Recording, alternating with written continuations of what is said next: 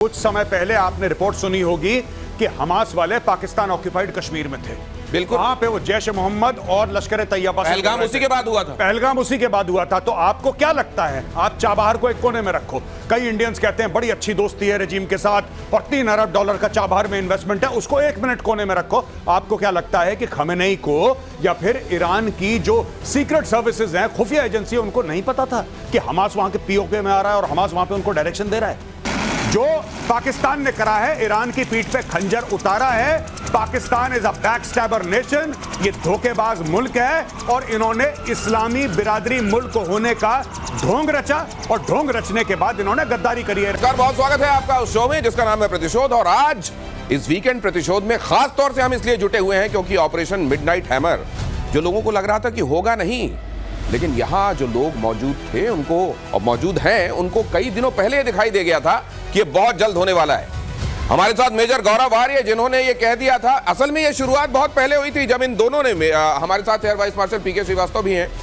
Air marshal Srivastava ने पहले दिन ये कह दिया था, आज से कई दिनों पहले जब ये बात हो रही थी कि ईरान के पास हथियार हैं, कहे उन्होंने बनाने के बहुत करीब है, अब नहीं किया दुनिया ने तो बहुत देर हो जाएगी, ऐसा लग रहा था। इजराइल में बैठे लोग सुन रहे हैं। मेजर गौरव आर्य लगातार ये बात कह रहे थे कि आप देखिए यहां डिसेप्शन का खेल चल रहा है। पहले ओमान में बात की बात हुई थी, अगले दिन इजराइल ने हमला कर दिया था। आप देखिए ये कह रहे हैं 2 हफ्ते का टाइम ना, ये मारने वाले हैं। क्यों कह रहा हूं आगे आपको दिखाऊंगा, पहले ये खबर देखिए।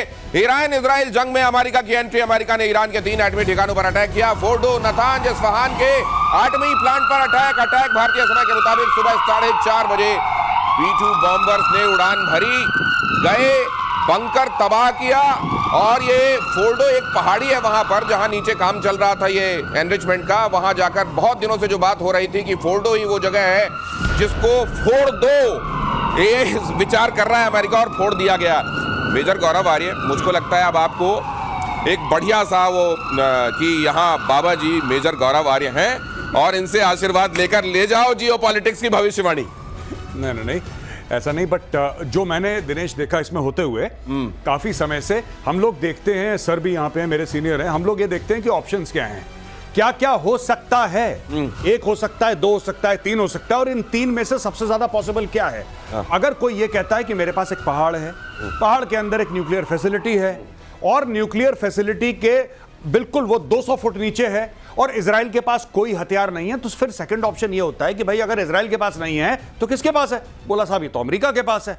अच्छा, डोनाल्ड ट्रंप जो है वो मान जाता कि आप लॉजिकल थिंकिंग पे सब कुछ कहते हैं जी। अगर आपने ये ना कहा होता जी, ये मीर जाफर है, मुनीर नहीं है, ये मीर जाफर है, आप इतना करीब कैसे देख लेते हो चीजों को? जरा देखिए क्या क्या बातें हो। यहां तो आप देख रहे हो हुआ क्या, आप सब यहां पर देख रहे हैं। प्यूरिफिकेशन प्लांट था, एनरिचमेंट प्लांट था, यूरेनियम को शुद्ध किया जाता था, परमाणु हथियार बनाने के बहुत करीब थे। कई दिनों से इस पर अटैक कर रहा था इजराइल, लेकिन उसका हैमर उतना काम कर नहीं रहा था। तो आज बड़ा वाला 100 सुनार की एक लोहार की टाइप से वो लेके आए, उन्होंने फोड़ दिया। लेकिन सवाल ये है सर, रेडियो एक्टिविटी तो रिपोर्ट की नहीं जा रही है। अगर वहां फूट ही गया होता और वहां जो बम रखे बनाए वाले वो अगर फूटे होते तो कुछ तो रिपोर्ट होता। फुकुशिमा टाइप नहीं होगा, चेर्नोबिल टाइप नहीं होगा। आप ऐसे सोचिए, चेर्नोबिल नहीं होगा, फुकुशिमा नहीं होगा, नहीं होगा, रेडिएशन नहीं होगा। होगा क्या? वो बता रहे हैं। होगा ये कि जो ये जिस उससे बॉम्ब से मारा है वो 2.6 इंच 2 फीट 6 इंचेस का ही है। अच्छा, इतना बड़ा छेद करता है। उसका नाम है मैसिव ऑर्डिनेंस पेनिट्रेटर। वो पहले 200 फुट पेनिट्रेट करके अंदर जाएगा, उसके बाद फटेगा। जब फटेगा तो सारी चीज उसके ऊपर आ जाएगी। तो किधर का रेडिएशन तो दब गया। और आपको पता है अभी उनकी अच्छा, आप ये कह रहे हैं कि ऊपर का मलबा जाके उसमें गिर जाएगा तो रेडियो एक्टिविटी को बाहर आने का टाइम नहीं बात कर रहे हैं। असल में ये कब्र बना दी गई उन बमों की, पूरी कब्र बन गई है 300 फुट नीचे। पूरी दुनिया ये कह रही है और खुद ईरान ये कह रहा था। एक सेकंड, ये अगला फ्लैश कीजिएगा, लेकिन उससे पहले ईरान ये कह रहा था कि रेडियो एक्टिविटी तो रिपोर्ट होती, हमने तो पहले ही वहां से अपना माल गायब कर दिया था। दुनिया भी ये सोचने लगी कि वाकई अगर फोड़ा है, इतना बड़ा हथौड़ा मारा है, तो फूटने के बाद रेडियो एक्टिविटी रिपोर्ट होती। वहां क्यों नहीं मिल रही है? क्या वाकई पहले से सरकार लिया था माल वहां से? ऐसा नहीं है, कब्र बन गई है। लेकिन एक चीज है, आपने ये जो बात कही थी, कहते हैं ये B-2 बॉम्बर्स भी जब वहां गए, पाकिस्तान के एयर स्पेस का इस्तेमाल रिफ्यूलिंग के लिए हुआ, पता नहीं हुआ कि नहीं हुआ, ऐसी बातें भी चल रही हैं। आपने कहा था कि ये जो दावत हो रही है अमेरिका में, ये दावत नहीं हो रही है, ये मुनीर को बताया जा रहा है कि कहां कहां पर हम मौजूद होंगे, क्या क्या करेंगे, और तुम चुपचाप बैठे रहना, हो सके तो नोबेल के लिए हमको प्रपोज कर देना। जी, आपने ये कहा था, जरा मैं दिखाता हूं, ये दिखाइए जरा मेजर गौरव आर्य ने क्या कहा था, उसके बाद बात करते हैं। कई बार बोला था और प्रतिशोध पे बोला था कि पाकिस्तान का बहुत अहम रोल है। ये जो इसको खाना खिला रहा है ना वहां पे बुला के व्हाइट हाउस में, जो इनकी तारीफें कर रहा है कि देखो पाकिस्तान कितना अजीम मुल्क है, कोई अजीम मुल्क नहीं है। बेसिकली मीर जाफर को पैसे पहुंच गए। जो पाकिस्तान ने करा है, ईरान की पीठ पे खंजर उतारा है। पाकिस्तान इज अ बैकस्टैबर नेशन, ये धोखेबाज मुल्क है और इन्होंने इस्लामी बिरादरी मुल्क होने का ढोंग रचा और ढोंग रचने के बाद इन्होंने गद्दारी करी है। और इस कदर कि अब पाकिस्तान में भी मुनीर मीर जाफर के नाम से पुकारे जा रहे हैं। धन्य हैं आप। नहीं साहब, धन्य तो मुनीर है और मुझे लगता है कि डोनाल्ड ट्रंप और नेतन्याहू को एक बार so called field marshal Asim Munir को थैंक यू बोलना चाहिए, क्योंकि असली में उनका डिस्कशन हो ही नहीं रहा है। देखिए, जब आप आपको किसी के पीठ पे खंजर उतारना है दिनेश, तो सबसे पहले आपको उससे गले मिलना पड़ता है। अब आप इधर आइए, जैसे अगर मुझे आपकी पीठ पे जैसे वो, तो मैं ये पीठ पे ये अफजल खान ने यही सोचा था शिवाजी के लिए, और शिवाजी बगनखा लेके गए थे और फाड़ दिया था पेट उन्होंने। तो जी, जो वहां पे छत्रपति शिवाजी महाराज के खिलाफ करने की कोशिश करी थी इसने अफजल खान ने, तो यही रोल अदा करा इन लोगों ने कि चलो। अब इन्होंने क्या करा कि ये गए, इनको सबसे पहले वहां पे खाना वाना खिलाया, पहली चीज। दूसरी चीज बोला कि हाँ बड़े ग्रेट लीडर हैं। बीच में ये चेक काट के दे रहे हैं धनाधन। मैंने एक और बात बोली थी कल परसों आपके में बोली थी कि पाकिस्तान को आप खरीद नहीं सकते, लेकिन पाकिस्तान को किराए पे ले सकते हैं, और पाकिस्तान को किराए पे ले लिया अमेरिका ने। और ये भी देखिए जरा, ये भी देखिए, ये भी कहा गया था, ये भी सुन लीजिए। उसके बाद आगे आपको ले चलते हैं, आज की गतिविधियों के बारे में बताते हैं। लेकिन हम क्यों कह रहे हैं प्रतिशोध अटैक में B-2 बॉम्बर्स का इस्तेमाल। B-2 बॉम्बर्स का यूएस स्टेल्थ फाइटर जेट ये है और इसका इस्तेमाल किया गया ईरान के एटमी प्लांट में अटैक में। B-2 बॉम्बर्स का इस्तेमाल हुआ। अमेरिका का स्टेल्थ फाइटर जेट, पहले गुआम में B-2 बम वर्षक को अमेरिका ने फाइटर इसको तैनात किया था। B-2 बॉम्बर से बंकर बस्टर बॉम्ब गिराया गया GBU-57, जिसके बारे में हमारे एक्सपर्ट्स आपको लगातार बताते रहे। और उसके बाद ईरान के परमाणु बम जो अध बने, थोड़े बने, पौना बने, आधे बने, लगभग बने पड़े हुए थे, उनकी कब्र बन गई।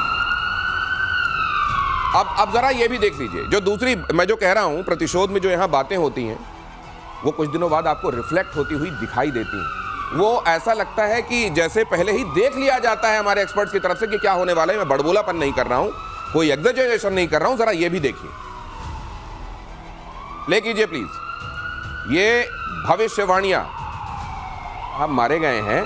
बाघेरी साहब को एक घड़ी गिफ्ट की थी मुनीर साहब ने, और उस घड़ी में ही कहा यह जा रहा है कि कोई इक्विपमेंट ऐसा लगा था जिससे पूरा इंटेलिजेंस मिल रहा था कि पहनने वाला अब कहां बैठा है, अब कहां सो रहा है। अगर ऐसा है तो खुदा खैर करे, उम्मत वालों को ऐसा तो नहीं करना चाहिए। अगली खबर। अब यहां पे ये जो घड़ी का जिक्र आप देख रहे हैं ना, ये पहले कहा सुनी में था, आज दुनिया इस पर स्टैंप लगा रही है। अब ऑफिशियल प्लेटफॉर्म से भी आपको ये खबर मिल रही है कि ये हुआ था, मुनीर जी ने घड़ी दी थी। देखिए साहब, मैं आपको बता रहा हूं, ये पाकिस्तान का बहुत पुराना किरदार है, आज का नहीं है। इन लोगों ने अमेरिकन को पहले धोखा दिया सिएटो सेंटो में, फिर ये चाइना के पास चले गए। जब वॉर ऑन टेरर शुरू हुआ, जब पहला अफगान जिहाद शुरू हुआ 79-89 के बीच में, तब इन्होंने क्या करा कि इन्होंने अमेरिका से पैसे लिए, अफगानों को धोखा दिया। फिर उसके बाद 9/11 हुआ। 9/11 के बाद इन्होंने अमेरिकन से दोबारा पैसा लेके दोबारा तालिबान को धोखा दिया। और जब इनको यह लगा कि अमेरिकन वापस जाने वाले हैं, तो इन्होंने तालिबान की तरफ से जाके अमेरिकन को धोखा दिया। बाकी सब तो ताजा वाली बात आप कर रहे हैं। सिएटो सेंटो जरा 2 लाइन में समझा दीजिए क्या है। देखिए, एक ये ग्रुपिंग बनी थी 50s और 60s में, सिएटो और सेंटो। और उस जमाने में ये अमेरिका के शुरू में बड़े क्लोज आए थे। तो क्या था कि चाइना के साथ अमेरिका के रिलेशनशिप थे नहीं उस जमाने में।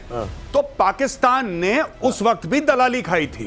बोला था कि अच्छा हम चीन से भी बात करते हैं, अमेरिका से चलो आपको मिला लेते हैं। गजब है, चीन और अमेरिका दोनों को साथ के। एक मुझको शेर याद आ रहा है कि उसी का दौर है जो इस जमाने में इधर का लगता रहे और उधर का हो जाए। यही कर रहा है कसम से ये पाकिस्तान की। आपको इस मामले में तारीफ करनी पड़ेगी। अगली खबर देखिए, हमले के बाद फोर्डो न्यूक्लियर साइट की पहली तस्वीर सैटेलाइट तस्वीरों में साफ दिख रहा है नुकसान। जरा देखिए, प्ले कीजिए।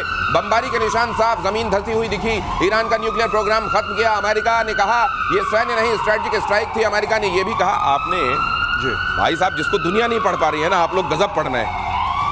एयर मार्शल पीके श्रीवास्तव और मेजर गौरव आर्य, आप लोगों ने कहा था कि ये डिसेप्शन का खेल चल रहा है, ये 2 हफ्ते वो हफ्ते कुछ नहीं, कुछ आप देखोगे कहीं भी कार्रवाई हो जाए। ये कैसे दिख गया था आपको श्रीवास्तव सर? देखिए, ये जब तक ये हुआ है, जब ट्रंप ने कुछ बोला है, इसका मतलब कुछ और होने वाला है। इनकी वो नियत है कि जो मैं बोलता हूँ वो करता नहीं, जो सोचता हूँ वो बोलता नहीं, तो इसमें आपको बीच में लगाना पड़ता है। तो खई रही बात इसकी, जब इनके फाइटर्स, आपको याद होगा जब आपने एक बार कहा था शो में कि इनके कतर के फाइटर्स दिख नहीं रहे हैं, दिख नहीं रहे, आपने कहा था हैंगर में चले गए, तो और था ये जो बॉम्ब शेल्टर में जा रहे हैं इसका मतलब कुछ होने वाला है और जल्दी होने वाला है। ठीक बात। वो उसी लिए अब वो हटे।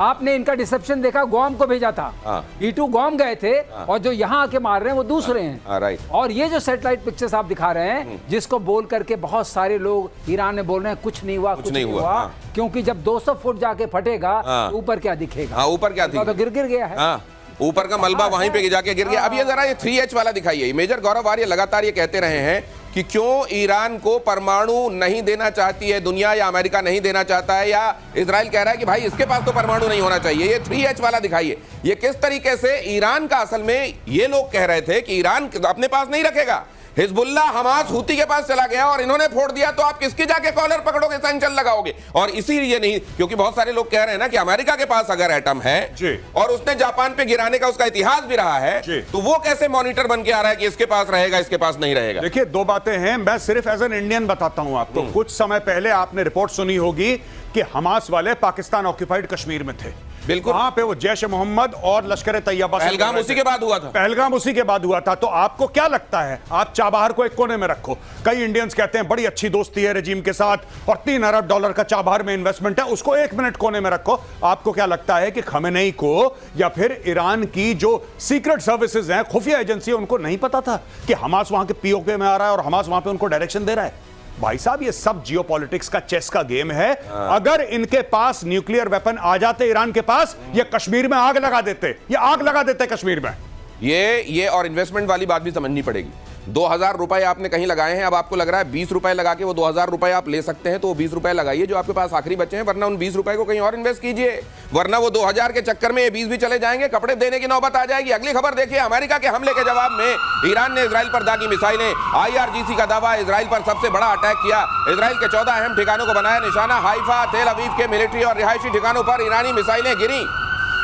अगली खबर भी देखिए, ईरान के सरकारी मीडिया का बड़ा दावा, ईरान ने पहली बार, ये जो सर लगातार आप बता रहे हैं, ये शिकन, खैबर शिकन, ये आप नाम भी जब ले रहे थे मेरे को लग रहा था ये थोड़ा ये अरब फारसी टाइप का है, लेने मुश्किल। खैबर शिकन, पहली बार इसका इस्तेमाल किया, थोड़ा करके बोलना पड़ता है। खैबर मिसाइल को, खैबर शिकन मिसाइल को इजराइल पर दागा। ईरान का सबसे एडवांस मिसाइल खैबर शिकन, ये खुर्रम शहर 4 भी क्या, ये बड़े सारे नाम दिए हैं सर। ये नाम ये है कि वाकई ये इनकी सबसे जबरदस्त मिसाइल है। अच्छा, सबसे जबरदस्त। मैंने आपको पहले भी आपके शो में बताया था कि ये जो आती है 150 किलोमीटर से नीचे, जब अंदर ऑल्टीट्यूड में, मतलब आपके एटमॉस्फेयर से बाहर है, आती है, तो ये कार्बन कंपोजिट्स की बनी हुई है। अच्छा, तो दिखती नहीं रडार पे। ओके। और उसके बाद EW रेजिस्टेंस है, मतलब अगर आपने EW से इसको इलेक्ट्रॉनिक वॉरफेयर से, भ्रम में डालने की कोशिश की, तो भ्रम में नहीं आएगी। और तीसरी बात यह है कि इसका प्रिसिशन बहुत अच्छा है। यही है इनके पास, दिखेगी नहीं, भटकेगी नहीं और अचूक है, अचूक है, और मैनेवर करती है आते समय आखिरी बार टारगेट लगने से पहले। ओके। इसलिए खैबर शिकान, लेकिन इनके पास, ऐसा मत डरिए, बहुत सारे नहीं है, थोड़े से हैं हाइपरसोनिक्स। अच्छा। और 13 गुना ज्यादा चलती है ध्वनि की रफ्तार से। ध्वनि की रफ्तार से 13 गुना ज्यादा। खुर्रम शहर 4। इसलिए दिक्कत हुई, आपने जो देखा, जो सुबह चित्र आ रहे थे, इसीलिए दिक्कत हुई इजराइल को। लेकिन इसका तोड़ है, ऐसा न समझें दर्शक कि ये बेतोड़ चली जाएगी और बेताज बादशाह की तरह मारती रहेगी, कम है। और अब ईरान को सोचना पड़ेगा कि इतने सारे लोग आसपास खड़े हैं, इतनी घटनाएं हो चुकी हैं, क्या मैं अपने खजाने को खाली कर दूं? सरस्वती चंद्र का गाना याद आ रहा है, फूल तुम्हें भेजा है, खत में फूल नहीं मेरा दिल है। अब आज की तर्जुमानी में इसको देखिए, ये क्या भेजा जा रहा है और क्या है, जरा देखिए। आवाज की रफ्तार से 13 गुना ज्यादा। अगली खबर, अमेरिका की जंग में एंट्री से बौखलाया ईरान, किसी भी वक्त अमेरिकी बेस पर हो सकता है ईरान का हमला। ईरान के सुप्रीम लीडर ने अमेरिका को दी खुली धमकी, हमला ऐसा होगा जो इससे पहले कभी नहीं हुआ। खमेनेई ने कल अपने सक्सेसर बंकर में बैठे बैठे उन्होंने विल बना दी अपनी। जी, और ये सब मैं बता रहा हूं, ये हमारे ना लखनऊ में इसको कहते हैं चंडू खाने की। ये चंडू खाने की छोड़ रहा है ये खमेनेई। आज खून की नदियां बहेंगी, जैसे बिलावल बोलता है ना कि कभी अगर पानी नहीं बहा तो खून बहेगी और हिंदू इतने मर जाएंगे, लकड़ियां कम पड़ जाएंगी, अंतिम संस्कार। ये छोड़ रहा है। बुजुर्ग वर्ग जो हैं, ये कहीं बंकर में बैठे बेचारे, ये छोड़ रहे हैं, चंडू खाने की दे रहे हैं। अरे आपको अमेरिकन को मारना है, अब मारो। आपको किसने मना कर रहा है कि आप मत मारो? अरे मार के बोलो मार दिया। अमेरिकन ने बोला कि हम कुछ नहीं करेंगे, कुछ नहीं करेंगे, जब मार दिया फिर डिक्लेयर कर दिया, कहानी खत्म। अच्छा ये भाई जो ऐसा है हम मार देंगे, अब ऐसा होगा जो कभी पहले नहीं हुआ, जो अब होगा, फिर दुनिया देखेगी, पता नहीं क्या क्या स्टोरी है। अरे मार के खत्म करो, तुम्हें जो मारना है। पॉलिटिक्स में और मॉडर्न वॉरफेयर में मुंह बम का भी बड़ा इस्तेमाल होता है। हाँ, बिल्कुल। और ये मुंह बम चलाने वाले अक्सर वो होते हैं जिनको ये दिखाई देता है कि हम आखिरकार वो ऑब्जेक्टिव अचीव नहीं कर रहे और हम हार रहे हैं। अगर ईरान ने कुछ सीखा है पाकिस्तान से तो ये सीखा है। पाकिस्तान से बोलते रहो, कुछ ना कुछ बोलते रहो। अब तो ये कहा जा रहा है सर, जरा ये भी समझाइए, ये जो ये ठिकाने हैं, क्या अब ये ठिकाने खतरे में हैं? क्या ये जो अमेरिका के ठिकाने मिडिल ईस्ट में उसने जो बेसेस बनाए हुए हैं, क्या अब इन जगहों, क्या या फिर एंटीसिपेट करते हुए इन जगहों को फोर्टिफाई कर लिया गया है?